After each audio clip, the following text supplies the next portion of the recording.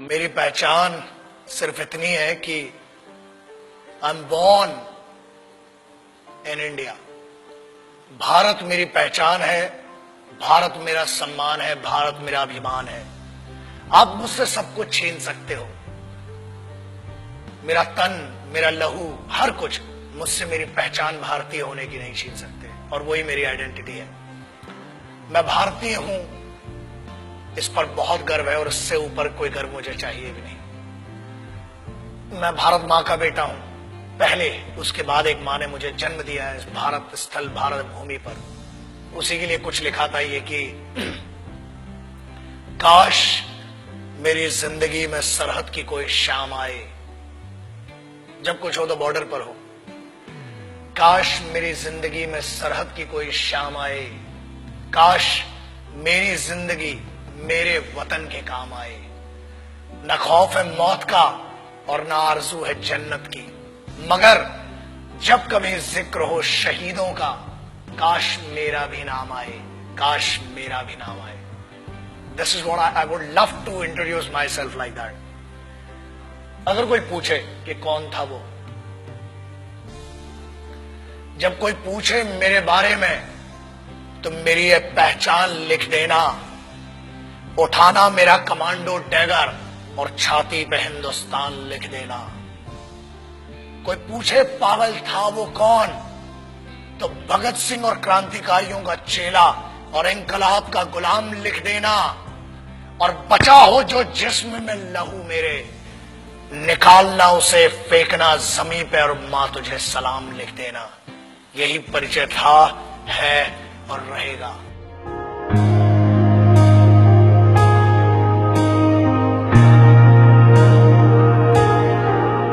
आजकल बहुत एक मुद्दा चल रहा है, देशभक्ति। कुछ लोगों ने उसे हिंदुओं से जोड़ दिया, कुछ ने मुसलमानों से जोड़ दिया, कुछ ने सिखों से, कुछ ने ईसाइयों से। एक बात याद रखना, हम पहचान हैं, एक ऐसा महाविद्यालय, एक ऐसी university. It's like an university, it's like a college, the country is like college. We may have different wings, we may have different subjects, but we all belong to one college, and that college is Bharat, राष्ट्र। आप उसको हुब्बुल वतनी कह लें उर्दू में, अरबी में, उसको आप जननी जन्मभूमिश्च कह लें आप संस्कृत में, आप मादरे वतन कह लें, वतन की इज्जत कह लें, आप कुछ भी कह लें। आज बहुत जरूरी हो गया है उस ट्रेटर, उस गद्दार, या बेहतर लैंग्वेज में उसको गद्दार और चूतिया कहेंगे, उसकी बात करना जो आज की डेट में बड़ा सेलिब्रिटी बन के फिर रहा है। Let's talk about that person जिसने हर फौजी और हर इस भारत मां के बेटे को हर्ट किया है। आज उसके बारे में बात करना बहुत जरूरी हो चुका है। न हिंदुओं से न मुसलमानों से इस मुल्क को तकलीफ है गद्दार और बेईमानों से, जिन्हें हम हार समझ बैठे थे गला अपना सजाने को, वही अब नाग बन बैठे हम ही को काट खाने को। पिछले 2-3 महीने it has been disturbing me a lot. I being an Indian, I being a soldier, I being a simple son of this motherland, feel hurt, disheartened, and at the same time I feel pity for them. बुरा लगता है।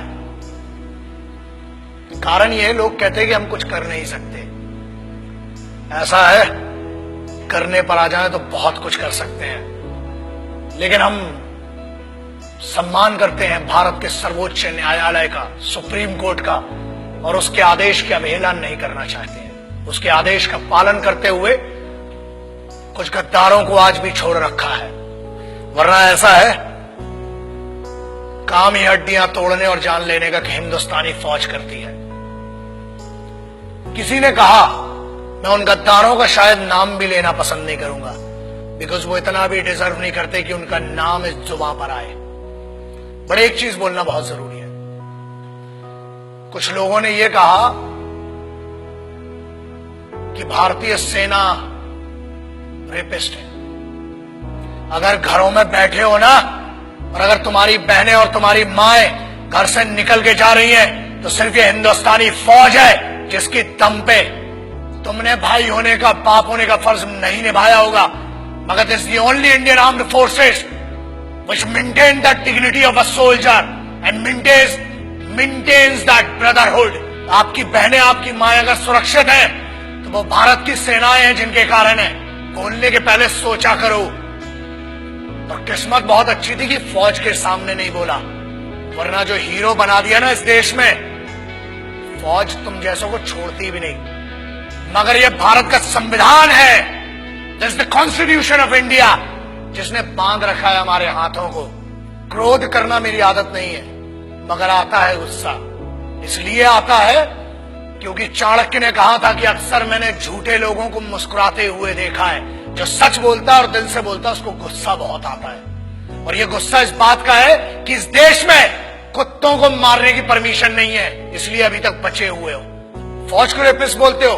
Ask your sisters and your mothers, ask your family members, if there are 10 young boys and if there is a single soldier, ask a girl, ask a young girl, where would she go for the help and whom would she ask for the help? And I ensure this, that girl would go to a soldier and ask, and she'll say one thing, certainly she'll say, and she'll use this word, भैया मेरी मदद कीजिए। क्या है ये? जवानी संभल नहीं रही है तो बताओ। 23 साल में शहीद आजम भगत सिंह, राम प्रसाद बिस्मिल, अशफाक उल्लाह खान, चंद्रशेखर आजाद बड़ा बड़ा काम करके चले गए। बहुत गर्मी है, अरे सेना ज्वाइन करो, भारत की फौज, आओ दुश्मनों से लड़ो ना। घर के अंदर क्यों दुश्मनी का माहौल बनाते हो? एक बात कही गई जिसपे बड़ा दर्द हुआ कि अफजल, अरे वो गद्दार टेररिस्ट, उसके लिए बोलते हो, उसको हीरो बना दिया तुमने, वरना कोई जानता भी नहीं था। ऐसे बहुत आए गद्दार, बहुतों को फांसी लगाई। उसको कहा गया कि अफजल हम शर्मिंदा हैं, तेरे कातिल जिंदा हैं। I feel ashamed for these guys. तेरे कातिल मतलब क्या है? What do they want to say? तेरे कातिल कौन हुए? भारत का संविधान, सर्वोच्च न्यायालय ने उसको फांसी सुनाई है। हर हक दिया इस बात का कि पहले आपकी पिटीशन दायर हो, आपके ऊपर पूरा मुकदमा चलाया गया। अरे समस्या ये, हम तो आतंकवादियों को भी, क्या बोलूं, भाषा फिसल जाएगी तो बहुतों के परखच्चे उड़ जाएंगे। आप कहते हो कि तेरे कातिल, चलो, it means you are blaming the constitution of India. Bharat के अगेंस्ट में कहने की न हमने तुम्हें छूट दी है और न आजादी। आजाद हुए हो तो भी इस फौज के कारण और उन क्रांतिकारियों के कारण जिनने अपना लहू बहाया है इस मिट्टी के लिए। तब बना है भारत का संविधान। You can not insult, you can insult me as an individual, you can insult one person, मतलब जो पीठा, जो न्यायाधीश थे, जो वो लोग थे जिनने फांसी की सजा सुनाई, आप उनको कह रहे हैं कि वो कातिल थे। अरे धिक्कार है आपके ज्ञान पर। I feel ashamed for it. पहले आप अपने फैक्ट्स क्लियर करें। अरे जेएनयू के एक लौंडे ने ये कह दिया तो उसको हीरो बना दिया, एंड नो वंडर्स अगली बार मेंबर ऑफ पार्लियामेंट बन के बैठेगा तुम्हारी छाती के ऊपर। हीरो बनाने वाले तुम हो। मुझे किसी से पर्सनल कोई प्रॉब्लम नहीं है, इनकी औकात भी नहीं है मुझसे पर्सनल प्रॉब्लम रखने की। लेकिन एक बात याद रखना, किसी एक बेवकूफ ने यह कह दिया कि भगत सिंह जैसा है। अबे शर्म करो and clear your facts before you compare that guy with revolutionaries. कौन थे वो? किसकी बात कर रहे हो? उस इंसान की who can not deliver 2 right sentences in one particular language. आप उसकी कंपैरिजन कर रहे हो जो भारत के संविधान को गद्दार कह रहा है। आप उनकी बात शहीद आजम, भगत सिंह, सुखदेव, राजगुरु ऐसे लोगों से कर रहे हो। कौन थे वो? पता है तुम्हें? तुम एक क्लास के एक छोटे से सब्जेक्ट को पढ़ के ज्ञानी बताते हो और तुम ये कहते हो कि क्रांति लाओगे। क्रांति होती क्या है? क्रांति सबसे पहले शुरू होती है राष्ट्र से। भारत मां या मिट्टी, I don't want to name this nation Bharat Mata और anything, but I want to say something. ये मेरी तो मां है और मेरे जैसे कई पागलों की मां है। याद रखना, बहुत छूट मिल गई है। अपनी आजादी का गलत उपयोग मत करो, वरना अगर छूट देना आता है तो लगाम लगाना भी आता है। बोलने की आजादी है, ठीक है, हमने आजादी दी है, बट वो आजादी किसने दी है? The freedom has been given to you by the constitution of this country. The honourable supreme court has some guidelines. The honourable constitution of this country has some guideline and we must respect that. आज आप एक बंदे को जिसको जमानत पर छोड़ा गया है उसको हीरो बना दिया. मेरा उस बच्चे से और मेरा उस लड़के से कोई पर्सनल प्रॉब्लम नहीं है, मगर याद रखना इस देश का हर दुश्मन मेरा दुश्मन है.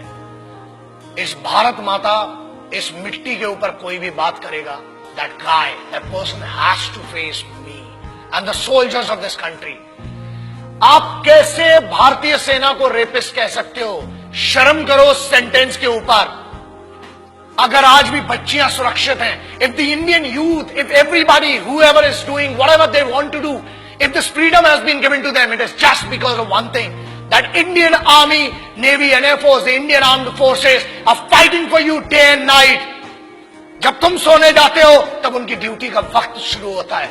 शर्म खाओ इस बात के लिए. और याद रखना, भारत को तोड़ने की कोशिश मत करो.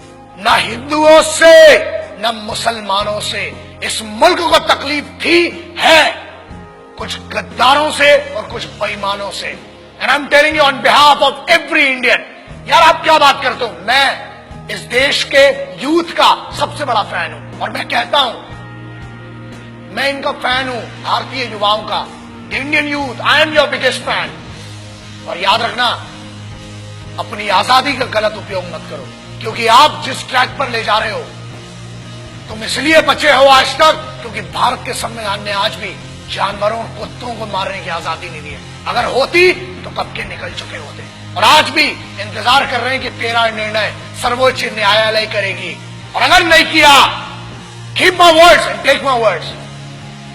ये चेहरा याद रखना. हम बोलते कम है, घसीटते और मारते ज्यादा है.